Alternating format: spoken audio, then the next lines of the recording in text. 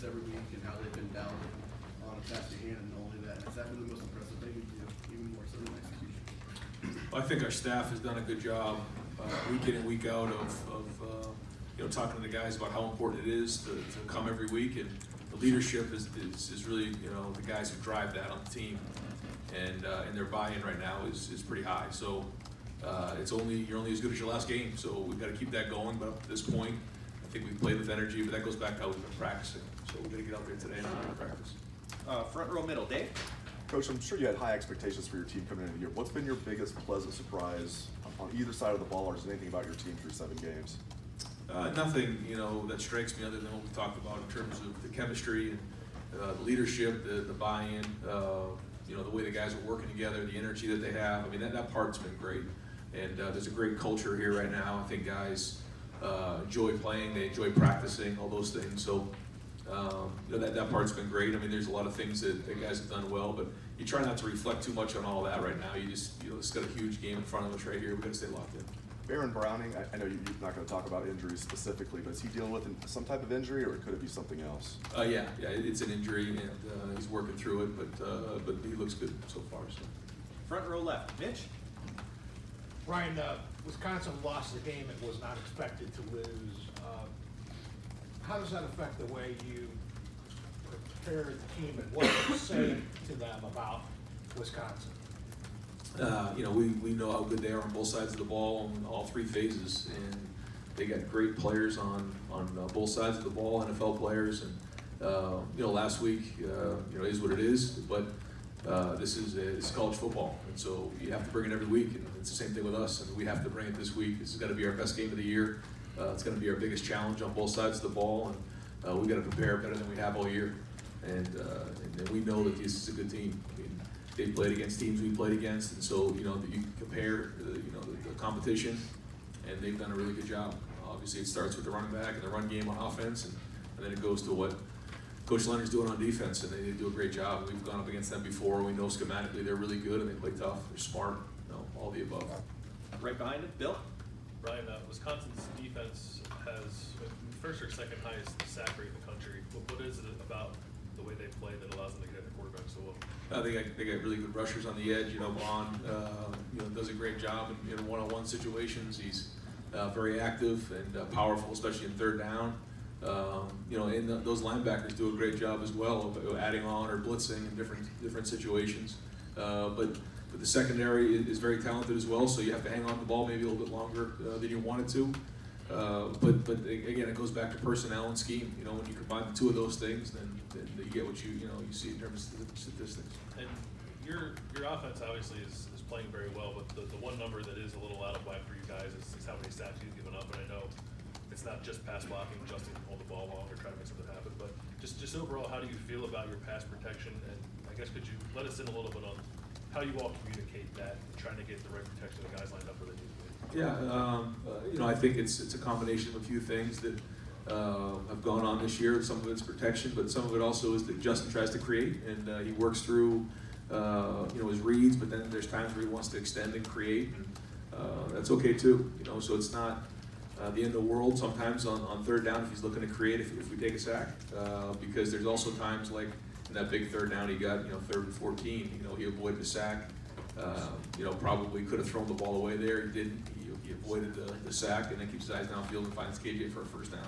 So I think it's a little bit of that, but there are some things we've got to clean up protection as well.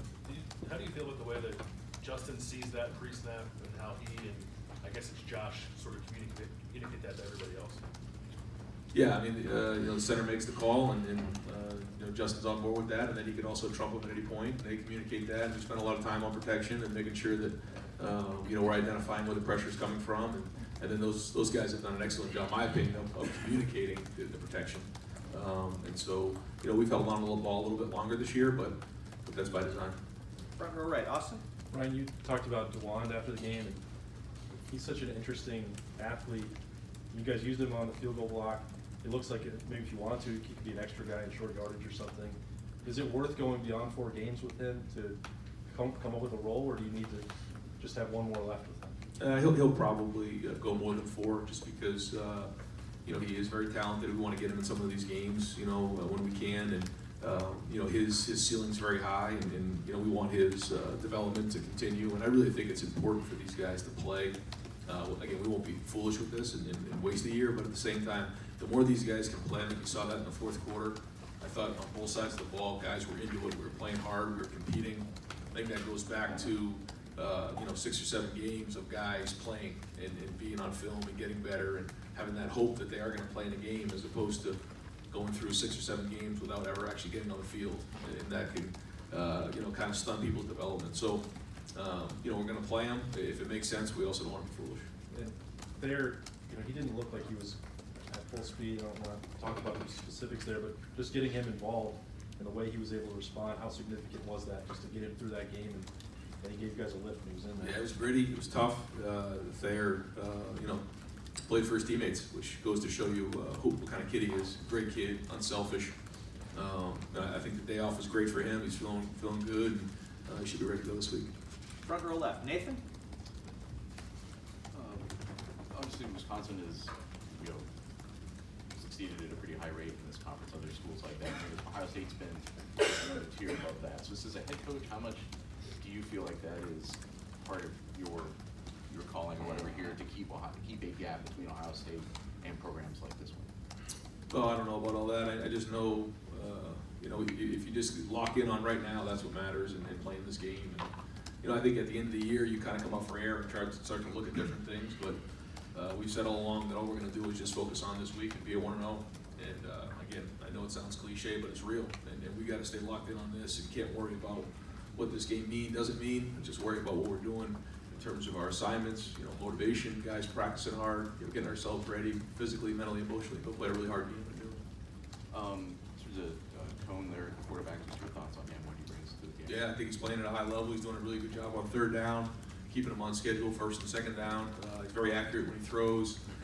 He's got some weapons out there, and you know, I think he's really, you know, obviously Taylor's you know, the guy that gets him going, but Cone has done a really excellent job of managing that offense, and he's a good player, and so.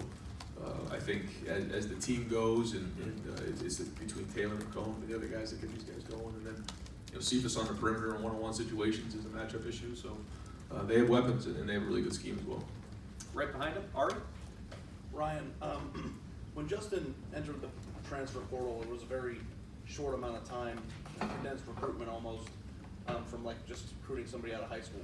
I know you guys looked at him when he was in high school, but how much did you know about him during that short amount of time? Because it seems like very quick between portal and then now he's at Ohio State. And what did you have to do to familiarize yourself enough to know that he's a guy that you want and need in your program? Yeah, we did a bunch of homework on him when he was coming out. You know, he was committed to Penn State, and then you know, decommitted from Penn State. And at that point, it was kind of when we got involved with that recruitment, got to know he and his family. So at that time, we kind of knew enough about him.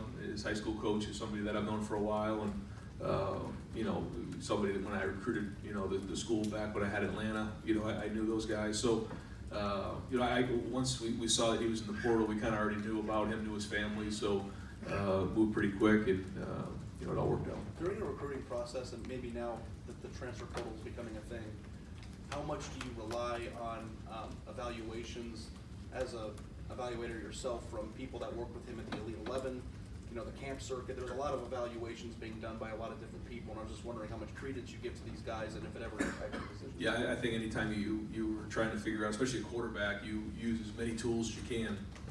Coaches in the area, guys that have played against them, coaches he's had, teammates, and like you said, some of these Elite 11s, rivals camps, things like that. People who work, you know, with these guys, you can get great information. You know, and sometimes it's somebody who you wouldn't even notice. You know, somebody that was just kind of there, you know, watching. He's an assistant coach from a local school, and say, you know, I saw that guy, and he did something really good after the workout. He went over and did something, showed respect, shook someone's hand, or maybe the other way. And so I think that's just good recruiting. Is you ask as many questions about these guys as you can, because you have limited time, you know, in front of them, and time you can contact them during the recruiting period. A lot of these people in those circles think that he is one of the most advanced prospects that they've ever seen. I'm wondering, what was your take when he was in high school, and from a dual threat standpoint, being equally almost as good as a runner as he is a passer, is he the most complete prospect at that position that maybe you've ever seen, or is that going too far? I don't know. I mean, I know that he does have a lot of tools and he has a lot of talent. So I don't know. I mean, there's a lot of talented guys out there, but what they do with their talent in terms of creating discipline and skill is what's critical, and he's in the process of doing that. But I don't know. I mean, I guess I haven't sat down and thought about where he ranks with some of the other quarterbacks going out of high school, but certainly number one recruit in the country, and he got a lot of respect around. Third row right, Rob? Ryan, I'm guessing that the TCU game last year feels like a million years away. This arguably is the biggest challenge since that game for you. That was your first one. Do you look back and just say, I have come a long way, or how you've come a long way as that coach to today? Have you seen an evolution, and in what ways? I try not to, think about things like that when I'm driving to and from work and all that, because there's so much going on that we need to get done in terms of on a daily basis, in terms of tasks and everything like that. But that does seem like a long time ago, and a lot of things have happened since then. And again, the more you do something, the more normal it becomes, and you find your voice. But then, more importantly, you get a feel for the guys that you're with, and the staff, the players, the leaders, and it changes every day, especially when you're dealing with 19, 20-year-old kids. Every day you come to work, it changes. You might have a thought of, here's how I think the week's going to go. And then you get there that day, you're like, it's not going to go that way. Here's where it's going to go. And sometimes you really get that feel about midway through the week. Here's how the team is feeling. Here's what they need at that time. And then you go from there. And I think that's good leadership. And I think that's something that I've really got a good feel for and rhythm as time has gone on, is getting a feel for the team and their personality as the weeks have gone on. What's the one thing you didn't see coming that is really different when you TCU to here? Is it maybe it's not even the football side of it? I don't know. No, I don't think there's one thing that I would say that just jumps off as you ask me right now that has caught me off guard. I'd have to probably think about that and get back to you, but certainly things pop up here and there that you got to be able to adjust to. Booster meetings, alumni meetings. I mean, the people around here are great. I love some of the people that we deal with here. They're great people. Our administration's unbelievable, and it's part of the gig. I love every part of it. Front row far left, Lori? Coach, the week of the Miami game, you were asked and said that you thought that this team could be something special. How much has what has happened since then convinced you of that? I think each week I feel more and more confident about what we're talking about. But again, it all goes back to what we do this week, so I try not to get over my skis in that and start talking about all that too much. I do think that's the case. We have a special group of guys that can be great, but again, it doesn't mean anything if we don't perform week in and week out. And we have a huge challenge this week. It's going to be tough. It's going to be hard. These guys are physical. We're going to have to bring it in every single way. And if we just stay focused on that, all those things are going to come down the road we can look back on. But I mean, you cannot let one get away, and this is going to be as hard as it gets. I mean, these guys, are coming off a tough loss. They're going to be more hungry than ever coming in here. And I read a few of the articles saying they have something to prove more and more now as we get closer to this game. And so it's going to take everything we have to win this thing. So the conventional wisdom is true that a team coming off a loss is hungrier, more dangerous than a team that's fat and happy after a win? I think that there are always issues on film, and it's really the job of the coaching staff and the leaders to make sure that we address those issues. So there were issues in the Northwestern game. Now, can we address those issues and get better from those issues and understand and be open to criticism and be self-reflective in order to get those issues addressed? Sometimes, after a loss, they're a little bit more, attentive to those things, and something that we've been hammering with our guys. Let's not let it take a loss for us to understand the issues that are there, because they're always there on film, and that's what Sundays are for, getting those things fixed. And then once we have our victory meal, we move on to the next team. Second row right, Tony? Ryan, you and Kevin have dealt with Wisconsin. You kind of know maybe what's worked, what hasn't. What kind of value does Mike Yurcich, brand new set of eyeballs, have against a defense like that? Big time. I mean, he's always got really good ideas, and so always coming up and drawing stuff on the board, coming up with different things, and so it's always good to have great ideas, and that's what Sunday, Monday, Tuesday are for, is coming up with different things to attack the defense with, and then But at the end of the day, it comes down to execution and how we install that and make sure that guys are, locked in and can execute at a high level. And then, what has been the most adversity you guys have overcome this year? I don't know if it's any one thing. There's different things that come up on a week-to-week basis, and we're gonna have them and even more as we move forward. I think that some of these games have gotten sideways pretty quick, but there's nothing to be ashamed of there. I mean, guys are working really hard, and I mean we've had practices that we're not proud of, that we had to tighten up on and different things, but they're coming. Third row left, Dan? Ryan, when you're going up against a defense like this that's ranked #1 in the country, do you view this as an opportunity to kind of see how good this offense can really be? I think it's always a good benchmark to figure out where you're at. Yeah, I mean this is the #1 defense in the country, so we consider ourselves to be one of the top offenses in the country. So this is find out where we're at, and so I think it is. It's you want to play good, and you have to make sure you take care of the ball against guys like this, and you got to be physical. You got to take care of it for sure. You got to play good situational. They do a really good job on third down. They do a good job in the red zone. And they're really physical. They got talent on the edges. So, yeah, it's going to be a challenge for our guys, and we got to answer the bell. And you were asked about DeJuan, a couple other guys, Cade Stover, Steele Chambers, they're at that pregame mark right now. Where are you at with those guys in terms of whether they could redshirt or continue playing? Yeah, same thing. We'll look at the game plan and see if it makes sense to get them in there to help us win. If that's the case, then we'll definitely do that. But we certainly don't want to put those guys in there and just take a bunch of reps that be a waste of a season. Right behind him, Patrick? Ryan, in a few of these games recently, you guys have, I don't want to say struggled in the first quarter, but maybe not put up as many points as you do in the second. I'm curious if you could take us inside the sidelines and the conversations you're having as you look at defenses, you're talking up in the box, how you make those changes that then has allowed that second quarter explosion we've seen. Well, I think we play against good teams. We play against good defenses. Even my wife said, well, it was a tough first quarter, and I looked at the thing, and in 10 minutes we scored a touchdown. I was like, 4 minutes into the game we scored a touchdown. It wasn't that bad, I mean, the standard's pretty high around here. Score 52, and it's like, we were really slow in the first quarter. It's like, okay, that's good. That's a good problem to have. Nobody rises to low expectations. And but we play against good teams. This is another good defense, but I mean, Northwestern, I think, was the 30th ranked team in the country going in. I mean, they're good. And, sometimes it takes a while to work through that stuff. And when teams are fresh and they got good schemes and everything like that, it takes a little time. But I'm glad that the expectations are high around here.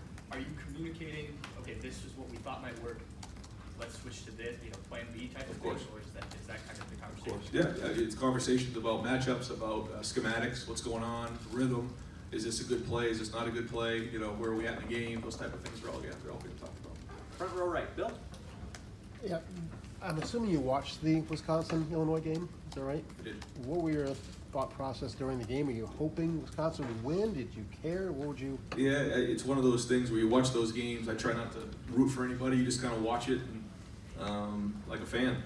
But yeah, I thought Illinois played well. I thought Wisconsin played really well at times. They turned the ball over a little bit there towards the end, and Illinois and Coach Smith did a great job of getting those guys ready to go at home. And that's college football. I mean, we've been on the other side of that, so we know all about that.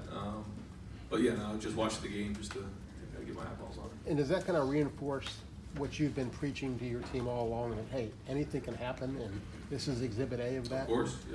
Yeah, I mean, again, we know exactly what that means, and a lot of teams, are the same way, and so that's why you have to bring it every week. Yeah, it's tough, but again, there's a lot of great teams in the Big Ten, and they come, and to win a game on the road in the Big Ten is really hard. To win at home in the Big Ten is really hard. I mean, these are really good coaches, really good players.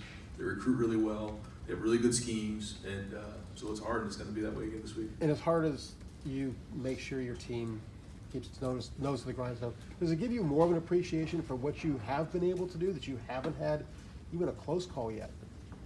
I mean, I know that we're excited the way that game played out Friday night for sure, and that coming off the bye, I thought the energy was good, and the way that we finished the first half was good, and the way we finished out the game I thought was solid. So that's been great. But again, it doesn't matter until you get to the end of the season. You know, when you look back on the body of work, where are we at? You know, it's easy to say, oh yeah, we're doing great. Oh yeah, but there's a lot of football left to be played. So all that can go out the window if we don't show up again on Saturday. Right next door, Tim? Yeah, Ryan, following up on that, when you watch Wisconsin with this #1 ranked defense in almost every category, but then he gave up some big plays against Illinois, some basic plays. Does that, do you think, help your offense's confidence going into a game like this, that if you keep knocking on wood, so to speak, it'll be there? It could be there? Yeah, I think we always have a good game plan going in that we feel confident about, and you know, we believe that, you know, if we do these type of things, and when we do have confidence that we should be able to move the ball, that's part of who we are. Yeah. But you know, this is a good defense, and it's hard to find, you know, areas to attack them. I mean, they're good in all areas, so it's going to be hard. And Illinois did find a couple things, but that's why we, you know, spend so much time, you know, game planning and making sure we go through everything. Yeah, I was gonna follow up with that question. What is it about their defense that stands out most? They seem to pretty much play you straight up more than anything because they feel like they're talented. Is it, what just stands out about their defense more than anything else? So they're so stout up front, you know, those guys up front, Loudermilk and all those guys, or, I mean, they're strong and powerful in there. So they win the line of scrimmage. They have a two-gap mindset, and so they always always have an extra gap in there. And then in the back end, you know, I think they're very, very well coached. You know, Coach Leonard does a really good job of, you know, their leverage and the way they drive on things, and their pattern matching and all those things. So I think it's a combination of scheme and also toughness and execution. One other quickie, when you have to play Nicholas Petit-Frere is the 4th tackle y'all started this year. Obviously, you'd rather play with your first team, I think, going in at least. But what is as you look back on it, what is the benefit of that silver lining, I guess? Yeah, that we've built depth there. That was our 4th tackle, like you said, which that's pretty amazing that we can, you know, put our 4th tackle in the game against Northwestern, against a pretty good front right there, and still kind of hang in there. You know, he didn't have a perfect game, he didn't grade a champion, but he was competing the best he could. And Thayer kind of, you know, supplemented him in there in the second quarter, which was great. And then we got DeWanda in there at the end. So building depth, like we talked about from day one, the offensive line was going to be critical. They were all going to play. I didn't know how they were all going to play, but they are. And it's good to see Nick step up. Front row, middle, Joey? You guys lead the nation in third down conversion rates for your offense, and even looking back at that Northwestern game, you guys were able to convert a few 3rd and longs. JK runs for 8 yards. Justin kind of has the one play where he scrambles and 3rd and 15. Why is that an area your offense is able to succeed at? You know, I think ideally when we stay on schedule and it's third and manageable, that gives us our best chance. You know, we have an opportunity to run or pass, which is always good. You know, when you start to get into 3rd and longs, then now it's a little bit more always going to be a pass, and they can tee off a little bit. So staying on schedule is critical for us. I think our guys have done a pretty good job of protection. You know, and Justin's done a good job of creating and giving guys a little bit more time downfield to get open. And you know, for the most part, our receivers have competed well on 3rd down. The flip side of that, Wisconsin's really a 3rd down defense. I think they're first in the country in that as well. What challenges will they pose for you guys on 3rd down? The pass rush is really good. I mean, Bond coming off the edge is dynamite. I mean, he's really good, but he's not the only one. I mean, they got other guys right there. They have good scheme, good coverage. They'll challenge you. You know, they're not afraid to get up in your mug and in the perimeter and challenge you and make it hard, disrupt the route. So, and you know, they don't miss. You know, when they get in there, they get a shot at you. They don't miss. And just one more. JK mentioned before the season that he wanted to be the best running back in the nation. Going up against Jonathan Taylor, obviously they're not on the field at the same time, but it's a matchup where both running backs are playing against each other. Is this a matchup he looks forward to? Just with another You'll have to ask third running back JK. on the You'll have to ask him, but I know that he's very competitive, and I'm proud of the way he's prepared and entered the season up to this point. But yeah, he's competitive. I mean, he wants to compete against everybody, you know, and the fact that he wants to be the best running back in the country, good for him. You know, that's the way you should think about it. But you have to ask him about that. Right behind him, Steve? Yeah, Coach, as the game was wearing on against Northwestern, you guys were scoring in 2 and 3 plays. Even from 60 and 70 yards, you were hitting a big play. How do you kind of ingrain in Justin this week that it's going to require patience, and it may require 10 or 12 plays, and it will not require him forcing a ball into a bad spot, perhaps, to try and get it in 2 or 3 plays? I think the bigger the game, the more the emphasis on the plan to win. You know, and that's, you know, play great defense, which for us is trying to get 2 first downs and get the ball to midfield, and then possibly punt from there. and then pin them inside and play great defense, the game of field position. And then turnovers is the second thing. We got to do a great job and take care of the football. Anytime you give the ball up in big games like that, that's when it can go sideways. We got to play well in the red zone. We get down in there. We got to score touchdowns. I thought we did a good job of that last week, but it's going to be even harder this week. And then we got to do well in the kicking game. Got to play well in the kicking game. So I think the bigger the game, the more the emphasis on those points. Because when we've done a good job of that, things have gone well. Right next door, Bruce.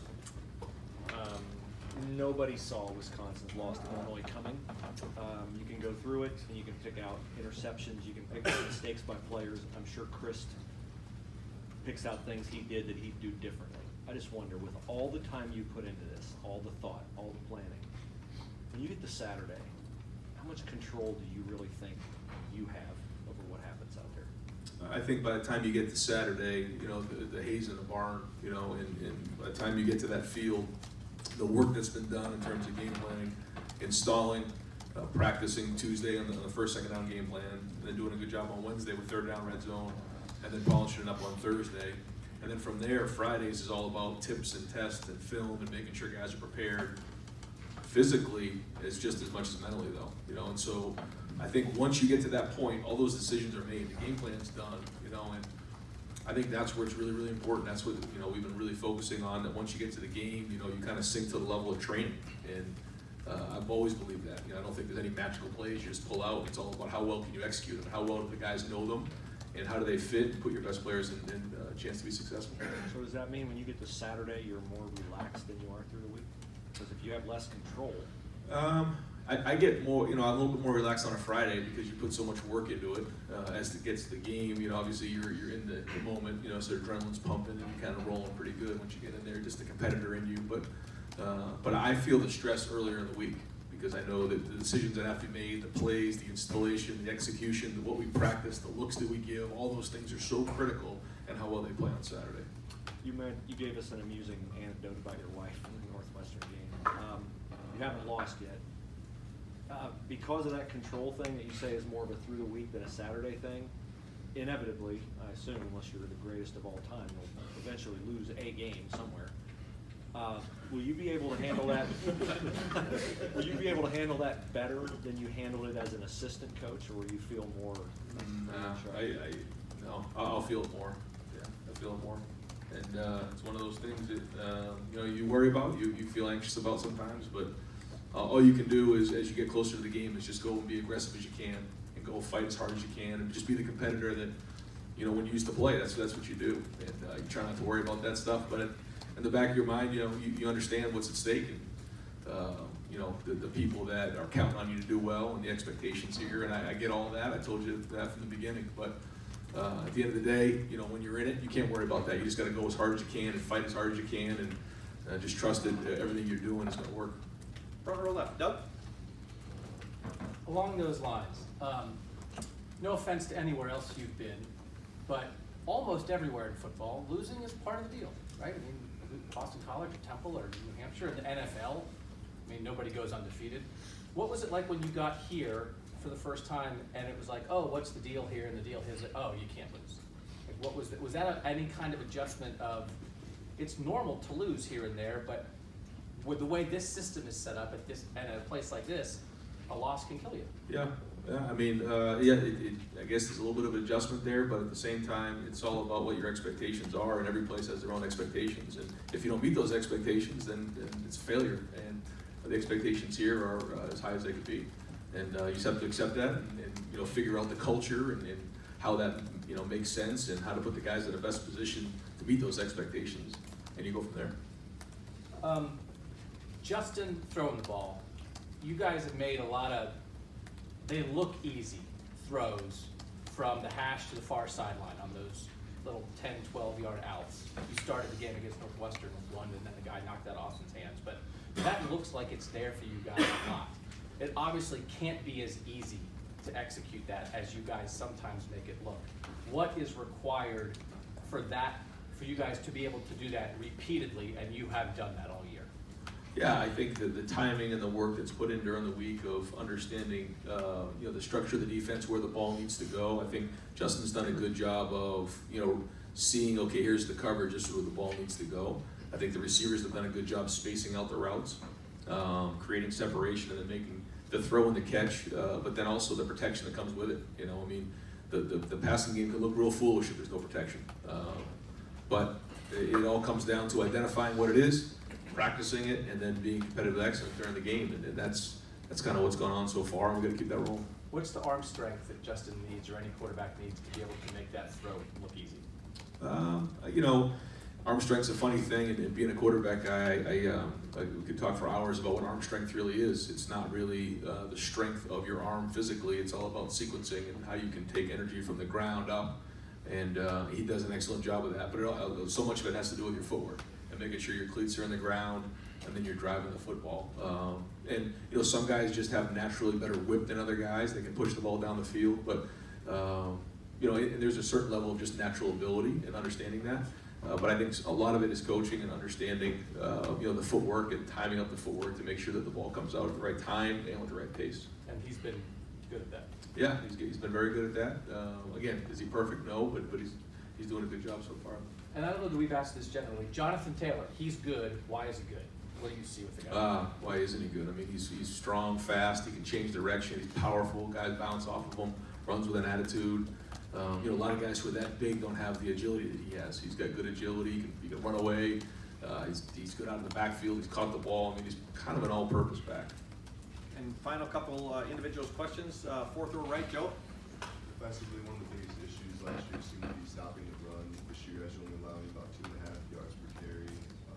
How do you see you guys' ability to stop the run this year? How important have those interior guys been? Well, I know this is going to be the biggest challenge of the year, and it's a major challenge for the guys up front, the front seven, and in the secondary. These guys are big, strong, physical. They're going to try to move us off the ball, and obviously Taylor's is as good as there is in the country. So we'll find out after Saturday, find out where we're at with this thing. You know, I think we've done a good job of defeating blocks and winning the line of scrimmage, but this will be the ultimate test when you play Wisconsin. And fourth row inside right, Wyatt. Master Teague is fifth in the Big Ten in rushing, and coming from questions early on about who the second back would even be, did you expect him to have this type of impact so early on for him? I didn't have a lot of expectations other than getting him healthy and seeing what he could do. But he is a good change of pace, and he's done a good job of when he goes in there, running with his pads down, and you know, when he gets in the open field, he's done a good job of pulling away. But he put a lot of work in terms of you know, with Tony, understanding the different schemes and where to hit this thing. You know, last year at this time, you know, didn't really see some of those hits, but he's doing a good job with his footwork, seeing the holes, hitting the hole, kind of being slow through, fast too, and the whole thing. So he's done a good job. Great, Coach. Thank you very much. Thank you, Ryan. Thank you, Ryan.